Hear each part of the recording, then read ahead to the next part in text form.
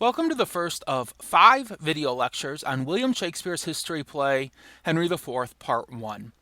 In this video lecture, I will provide context for understanding the play, both in terms of the other Shakespearean history plays that go alongside this one, and also some context on British history more broadly as it applies to this particular play.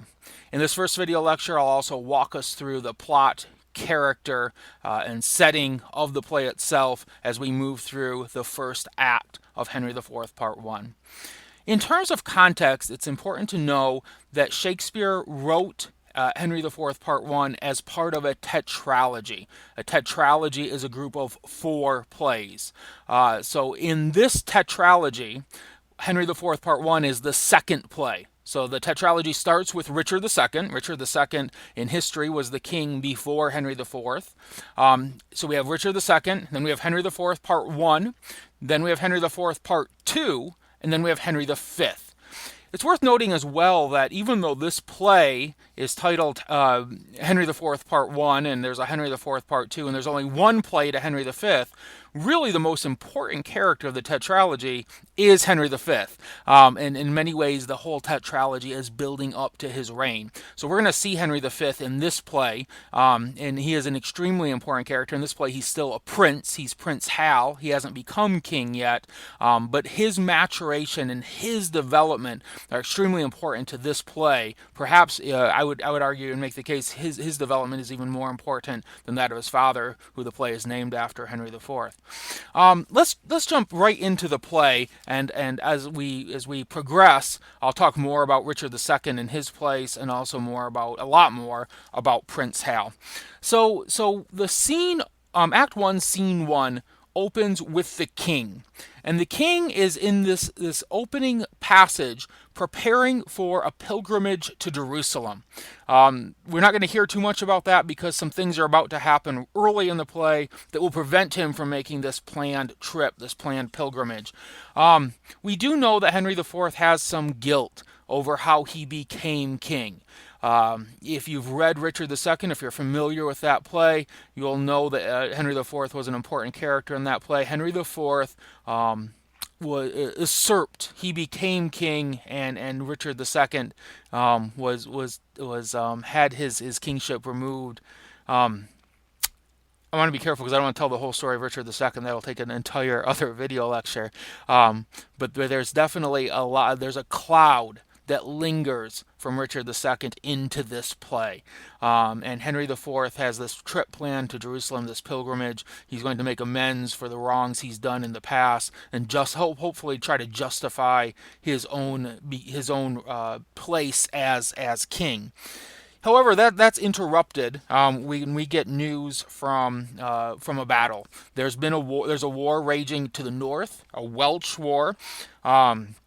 And we get news from a character, Westmoreland, who comes on stage and delivers this news regarding what's happened there, and in particular, what's happened with Northumberland up there and Northumberland's son, Hotspur. So I know there's a lot of names going down. It's useful to perhaps jot a few down. I've got some notes in front of me I've written down before I sat down to prepare this video lecture. Keeping all these names straight can be a little bit hard. So we've got, on one side, we've got Henry IV, and he's got his son, who's also named Henry. And then over here, what makes this confusing, these characters about to be introduced here in Act 1, Scene 1, and in Act 1 overall, we've got a guy named Henry Percy, who is also called Northumberland because that's where he is. That's his title, Northumberland. And then he has a son who's also named Henry Percy. So over here we've got 2 Henrys, father and son, and over here we've got 2 Henrys, father and son. So the names get confusing at times of who's who, and it's useful to write those down and keep track of those. All right, so Westmoreland comes with this news. This is line 38, Act 1, Scene 1, line 38. Open your book, follow along with me while I read. Whose worst was that the noble Mortimer, leading the men of Herefordshire to fight against the irregular and wild Glendower, was by the rude hands of that Welchman taken, 1,000 of his people butchered, upon whose dead corpse there was such misuse, such beastly, shameless transformation by those Welchwomen done, as may not be without much shame retold or spoken of. So there's this battle. The Mortimer has lost the battle. Mortimer's another important character. I'll speak to him in just a moment. And Mortimer, his men, 1,000 of his men were taken, and their bodies treated this shameless transformation. Their bodies were dismembered and treated terribly after they were destroyed. However, Mortimer is still alive, and Mortimer is another very important character. So I've started to make this list of really important characters for the play that you need to keep track of. So we've got King Henry and his son Prince Hal, or who is also Prince Henry, soon to be Henry V. Over on this side, we've got Henry Percy and his son, who is also named Henry Percy. We'll call his son Hotspur. That's his nickname. It's easy to remember him by that. And now another character that's very important to this particular play is Mortimer. We're not going to see much of Mortimer, but we're going to hear a lot about him. And the reason he's so important is because he is grandson to Edward III.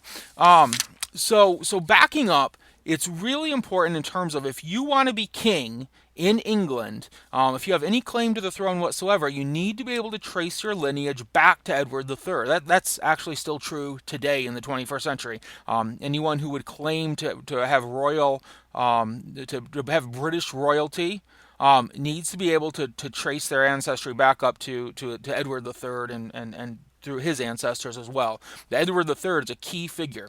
And at this point, Edward III is grandfather to the current king, Henry IV. He was grandfather to the previous king, Richard II. And he is also great-grandfather to Edmund Mortimer.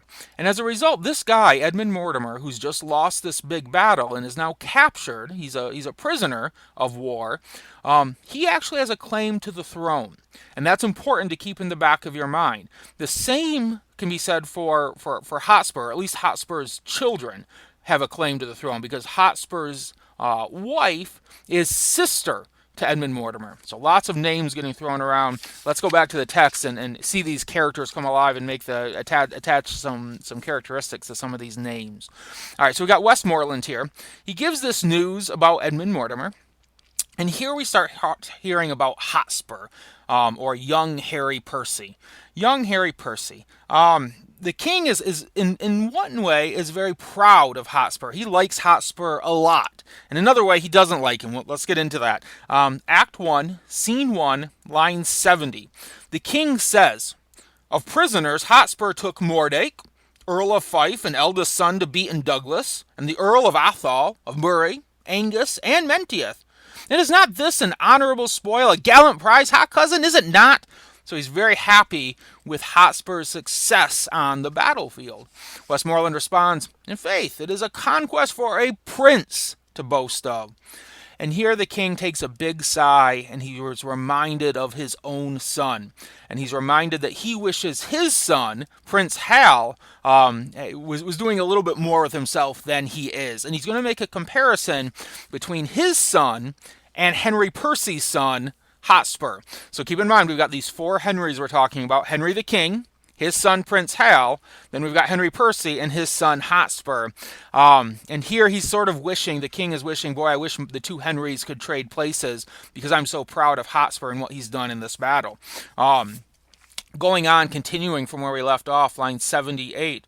"Yeah, thou makes me sad, and makes me sin in envy that my lord Northumberland should be father to so blessed a son who is the theme of honor's tongue, amongst a grove the very straightest plant, who is sweet fortune's minion and her pride, whilst I, by looking on the praise of him, see riot and dishonor stain the brow of my young Harry." Harry's often another name for Henry, so is Hal. Henry, Harry, Hal. These are nicknames for the various Henrys we have in the play.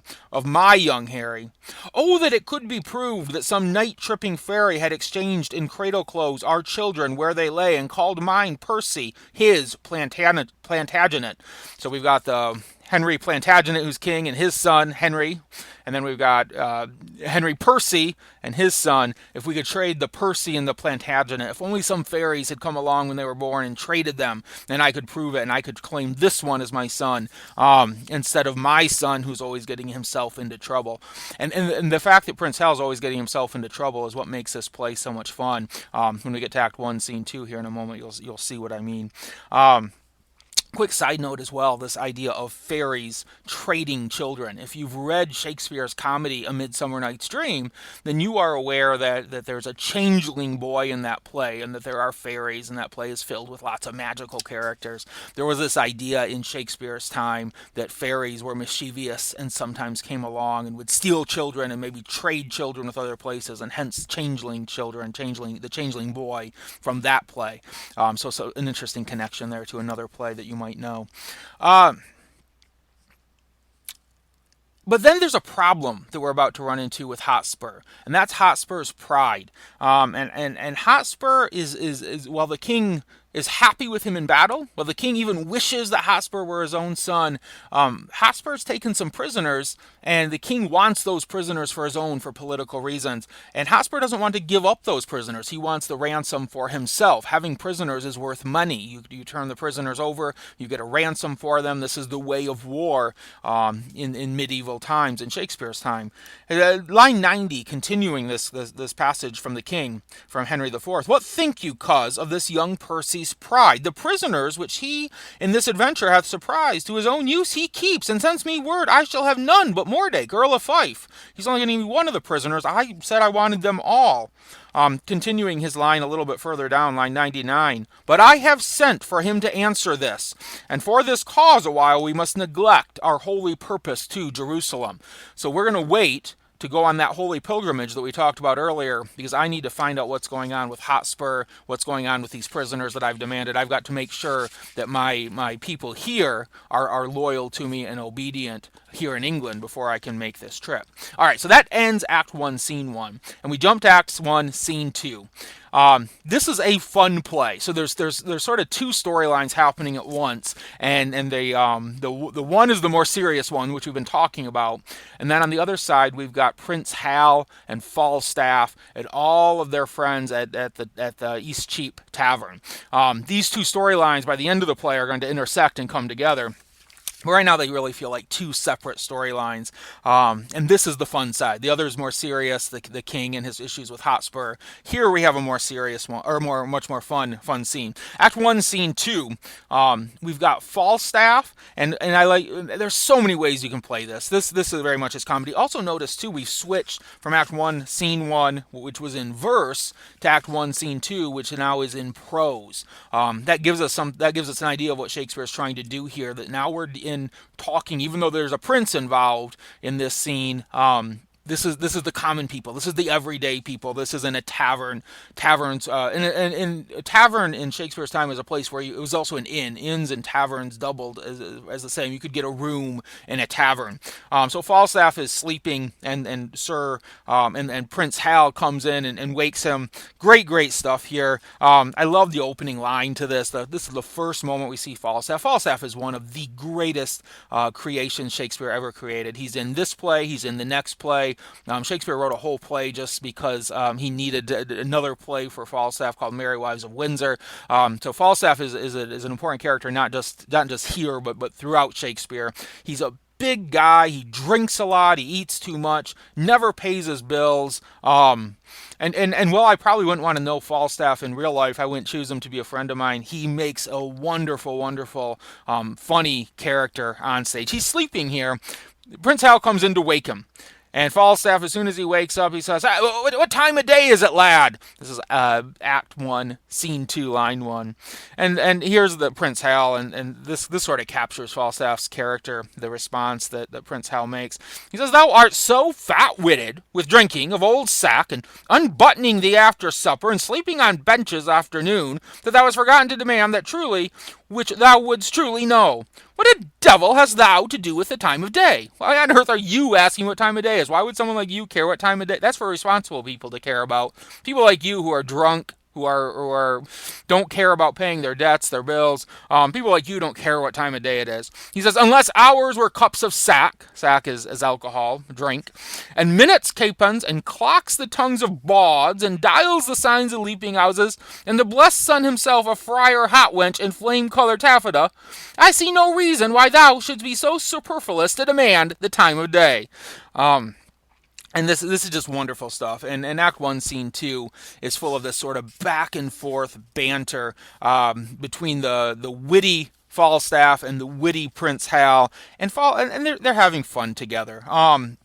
And what's important about this too, Falstaff is not a young man the way Prince Hal is, and so in some ways Falstaff becomes a father figure to him. We could say he's a father figure who leads him astray. He's a very different father certainly than Henry IV.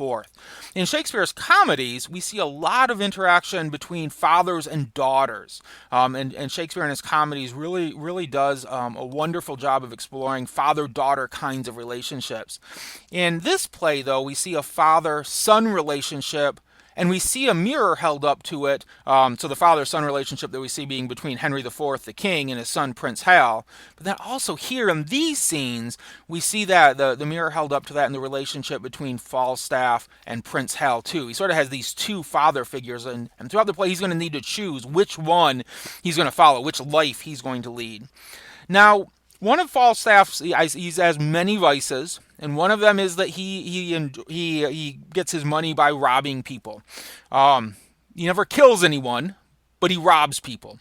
And he says, line 7, and Prince Hal eggs him on to do this. Line 76, Prince Hal says to him, where shall we take a purse tomorrow, Jack? Where shall we steal some money? And a purse means not just something that like it would in the 21st century that a woman would carry. Everyone would have a purse. You kept your money in your purse. You had your gold. Nobody had a debit card or a credit card, for example, or a wallet. They would have had a little secret bag of where they kept some gold coins or some silver coins, or if, maybe if they were very poor, just a few pennies that they might have. And that was their purse. Falstaff says he's more than happy. He likes this idea. Zounds, where thou wilt, lad. I'll make one wherever you want to. Let's do it. And I do not call me villain and baffle me. It's like, I'll do it. I'll do it. And if I don't, then you can call me a villain and you can tell everyone that I'm a coward. I'll do it. They go on, and there's this wonderful line. Prince Hal says, I see a good amendment of life in thee. From praying to purse taking. A moment ago he had let out said a prayer. Now he's going to purse take. And the Prince Hal is egging him on, enjoying this. And Falstaff says, Why? And this is the line I really love. Why, Hal, 'tis my vocation, Hal. 'Tis no sin for a man to labor in his vocation. Well, certainly if your vocation is sinful, it is. But Falstaff makes the case. That's my work. That's what I do. I rob. I do that. I rob people. And of course you have to understand too what makes this humorous. If you're thinking in the back of your mind, how on earth can a guy who is a drunk, who never pays his bills, who robs people, be such a lovable character in Shakespeare? You need to understand the Falstaff is so unsuccessful in his robberies that it makes him humorous. No one ever gets hurt in doing this. That's the difference. Some people will call Henry IV Part 1 a comedy, or at least more like a comedy than some of the other plays. It's a history play, but it also has a lot of characteristics of comedy, and this is one of them. The sort of this humorous kind of character that we have here. So they come in, and we meet a couple other characters here. We meet Poins next. Poins comes in, and they're planning this robbery. So Poins has this plan, and he tells Falstaff half the plan, and then after Falstaff leaves in a moment, he's going to tell Prince Hal the rest of the plan. Line 95, he explains the first half of the plan. Poins for the plan for the robbery. But my lads, tomorrow morning by 4 o'clock early at Gad's Hill, there are pilgrims going to Canterbury with rich offerings and traders riding to London with fat purses. I have vizards for you all. Vizards are masks that you can hide your face with. I have vizards for you all. You have horses for yourselves. Gad's Hill lies tonight in Rochester. I have bespoke supper tomorrow night in Eastcheap. We may do it as secure as sleep. If you will go, I will stuff your purses full of crowns. If you will not, tarry at home and be hanged. So they're planning this robbery here. And Falstaff's all in. Prince Hal says he won't do it. He says, no. He says, I'd love to do this. And it was funny to egg Falstaff on, but I'm a prince. I can't behave like this. But Falstaff's all in. Poins is all in. And finally Poins says, let's let Prince Hal, let me talk to him alone. I can convince him. Falstaff says, okay, if you can convince him, convince him. And Poins here finally does. He convinces him of why to do this. Now, here's the second part of the plot. And this turns out this isn't just merely a robbery that they're about to commit on these poor people on their pilgrimage to Canterbury, but in fact, it's actually a joke all on Falstaff. Jump down a little bit. Falstaff has exited, and it's just Poins and Prince Hal talking. Now Poins reveals the second half of the plot. This is line 123. Now, my good sweet honey lord, ride with us tomorrow. I have a jest to execute that I cannot manage alone. Falstaff, Peto, Bardolph, and Gadshill shall rob those men that we've already waylaid. Yourself and I will not be there. And when they have the booty, if you and I do not rob them, cut this head off from my shoulders. So here's the plan. They're going to set up Falstaff, and these other guys, these three other guys, are going to commit the robbery.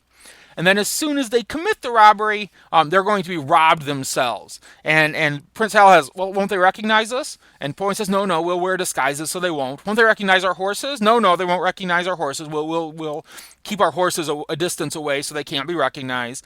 And then the prince says, well, won't it be too hard for us? There's two of us against four guys. Can we take them?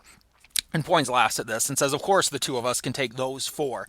Poins says, this is line 139. Poins says, well, for two of them, I know them to be as true-bred cowards as ever turn back, and for the third, if he fight longer than he sees reason, I'll forswear arms.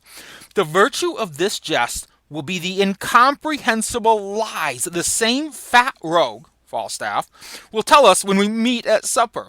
How 30 at least he fought with, what wards, what blows, what extremities he endured.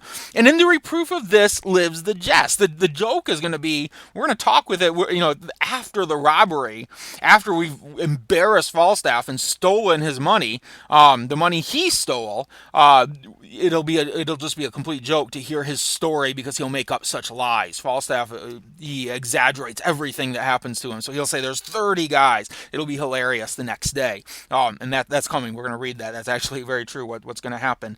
And so finally Prince Hal, he agrees. Yeah, I'll do it. And then Poins exits. And we get a moment here with Prince Hal alone on stage. And it's interesting. All of a sudden, he switches the verse, and he sort of becomes himself. Before he was one version of himself, the version of himself that he is around Falstaff and around Poins, around these other characters from Eastcheap.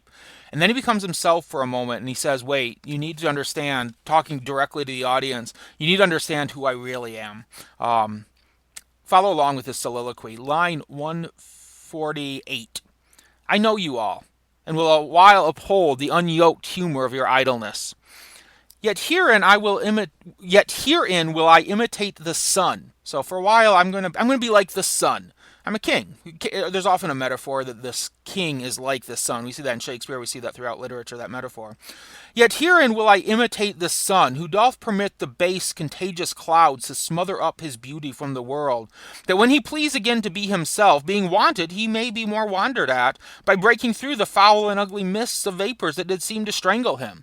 I'm going to be like the sun, and I'm going to let Falstaff and Poins and Peto and Gadshill and these other ruffian characters, I'm going to let them be like the clouds, and they're going to blur me out for a while. They're going to let me look as though I'm not as bright as I really am, that I don't shine as brightly as I really do. I'm going to allow that. And then he goes on in the soliloquy to explain why he's doing this.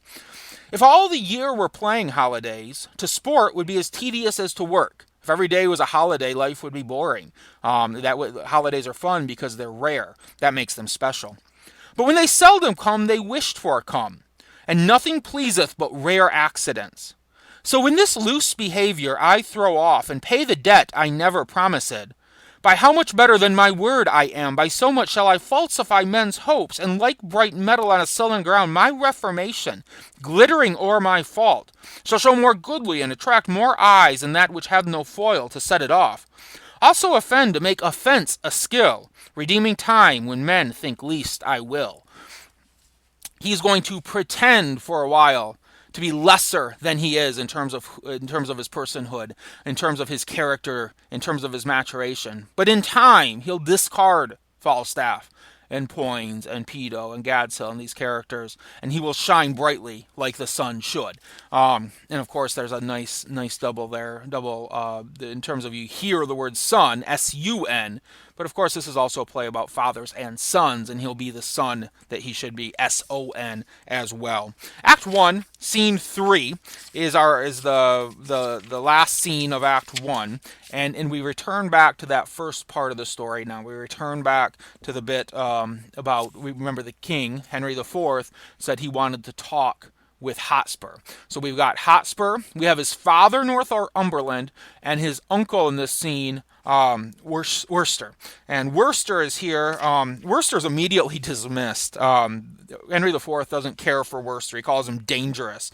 Line 15, he says, "Worcester, get thee gone. I do see danger and disobedience in thine eye." So Worcester's there at the beginning, but then he's dismissed. And it's just Northumberland and his son, Hotspur. So the uncle is dismissed, but then the Hotspur's father and him remain. And they talk about, they start off talking about the prisoners. Why haven't you released the prisoners? And Hotspur at first says, I haven't released the prisoners because the messenger you sent ticked me off. He made me mad. Here he came in the middle of the battle. He smelled like perfume. He was dressed in his finest clothes. I was covered in blood. I was weary. I was tired from fighting. And here's this lord comes and tells me what to do. And I got mad about it, sure. His name Hotspur defines his personality. He has a hot personality. So I didn't release the prisoners yet. But I will because you're the king and I have to do what you say. That's how it starts off. As we move down, though, we find that that he also has a condition. I'll give you my prisoners like I'm supposed to, but I want you to let Edmund Mortimer go. I want you to let my brother-in-law go. And the important thing to remember, I said earlier, everything goes back to Edward III. Edmund Mortimer is a great-grandson of Edward III and has a claim to the throne. So does Hotspur's wife. She's a great-granddaughter of Edward III. And from a certain point of view, depending on how you look at the line, the lineage, Edmund Mortimer has a better claim to the throne than Henry IV does. It depends on how you look at it. If one of the lines of Henry IV's claim is better in the sense that his line goes through the men. He has a male, completely a male, his father and his father before him and his father before him, whereas Edmund Mortimer has his line is through his grandmother, or is it his mother? Forgive me. I don't know that I'm slipping up just a little on the history, but there's the point is though that it's through a female in the line. In Shakespeare's time, it was different. By the time Shakespeare wrote this play, Queen Mary had been on the throne. Queen Elizabeth was on the throne throughout Shakespeare's life, throughout most of Shakespeare's life. So it's a little bit different there. But in this time, in the medieval period, that idea of whether it could go through a man or a woman was a problem. So whether Edmund Mortimer has a better claim to the throne or not, the point is he has a claim to the throne, and it's a good one. And the king doesn't want anything to do with having Mortimer come back. Hotspur, because his brother-in-law, says, yeah, I'll give up my prisoners, but I want to make sure we get Mortimer back. We pay his ransom, we get him back as part of the deal. And the king's, no, he's not going to do that. And in the end, he even let's jump to line 77. Why yet he doth deny his prisoners, but with proviso and exception, that we at our own charge shall ransom straight his brother-in-law, the foolish Mortimer. The king, Henry IV, does not want to ransom the foolish Mortimer, who on my soul hath willfully betrayed the lives of those he did lead to fight against that great magician damned Glendower, whose daughter, as we hear, that Earl of March had lately married. So he's very upset with Mortimer. He doesn't want Mortimer. Mortimer has married his daughter to Glendower, the enemy. There seems to be a treaty happening there without the king's okay. He's not happy with it. And in the end of his passage, line 92, he calls him the revolted Mortimer. Hotspur doesn't like hearing his brother-in-law talked that way. But he's also talking to the king. So he is, as much as he has a temper, Hotspur can't let it all out here. He says, revolted Mortimer? In line 92, he never did fall off, my sovereign liege, but by the chance of war. And he goes on in that passage to defend his brother-in-law, to defend Mortimer. And and the king cuts him off. He will not. He listens for a little while. He gets about 10, 15 lines or so here, cuts him off, and he says, line 115, 114, 113, thou dost belie him, Percy. Thou dost belie him. He never did encounter with Glendower. I tell thee, he durst as well as have met the devil alone as Owen Glendower for an enemy. Art thou not ashamed? But, sirrah, henceforth, let me not hear you speak of Mortimer. He forbids him from talking about Mortimer in his presence anymore. Send me your prisoners with the speediest means, or you shall hear in such a kind from me as will displease you.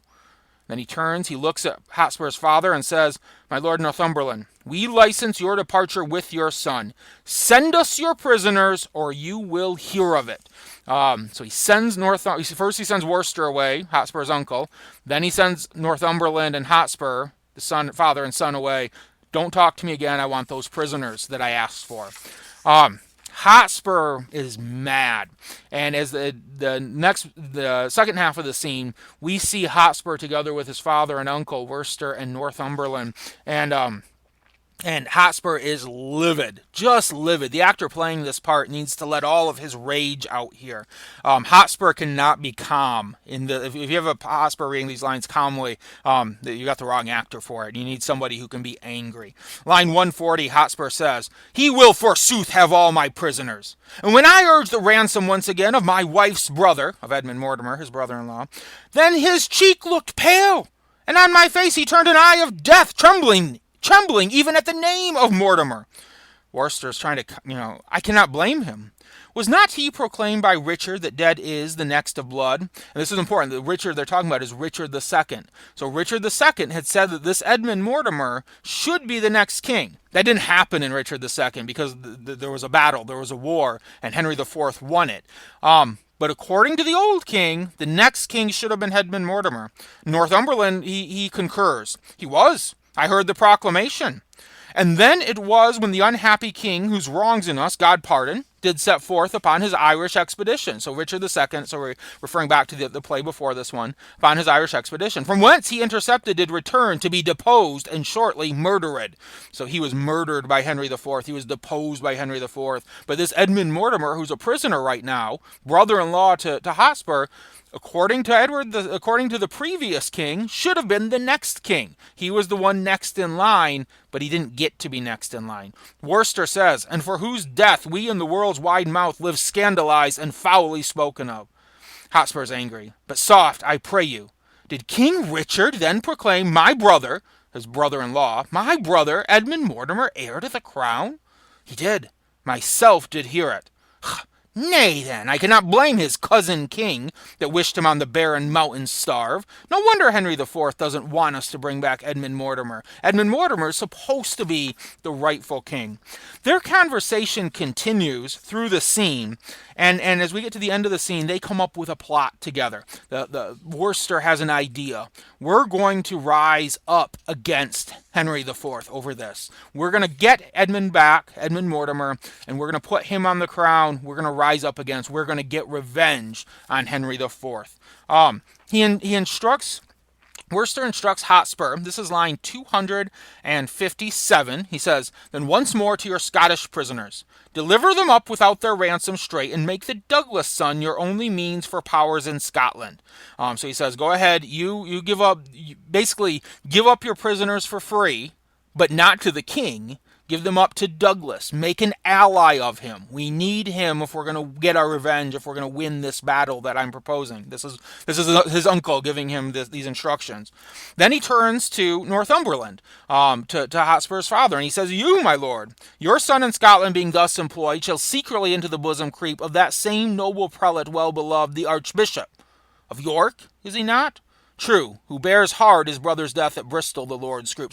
So Hotspur's going to go try to get Douglas and the Scottish on his side, and Northumberland, his father, is to go to York, get the Archbishop of York and the York people on his side.